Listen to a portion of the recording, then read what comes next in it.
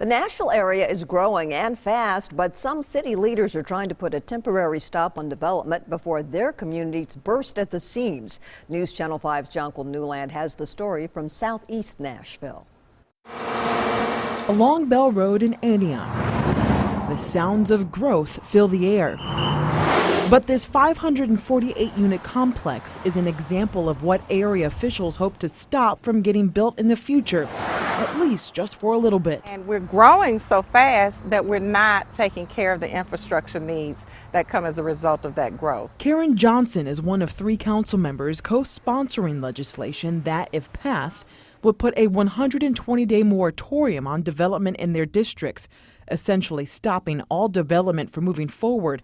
And she says there's a good reason why. We have long been saying in southeast Nashville that we need help in terms of infrastructure upgrades, infrastructure improvements, catching up our schools.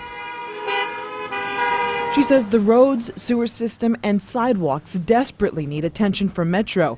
And then there's the schools. We're over 100% capacity in majority of all of our schools, if not all. The fire hall in her district already responds to more calls than most throughout the county. And talk of a new police precinct next door has been tabled. In its place, possibly another multifamily development. I think we're crowded as it is. Right now, we got all this neighborhood has got all it can hold. And I think we need to slow that down a little bit, get our planning in place, and start to look at, okay, we need these things in these places.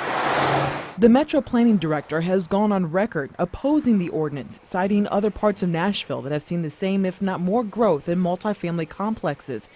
But Johnson maintains Antioch has not seen the kind of incentives offered to other areas. We know what's best because we're listening to our constituents, and this is what they would like to see. The proposed bill will go before City Council for its first of 3 readings next week. In Antioch, I'm Jonquil Newland, News Channel 5. The proposed legislation will only impact 3 districts in Davidson County, Districts 28, 29, and 32.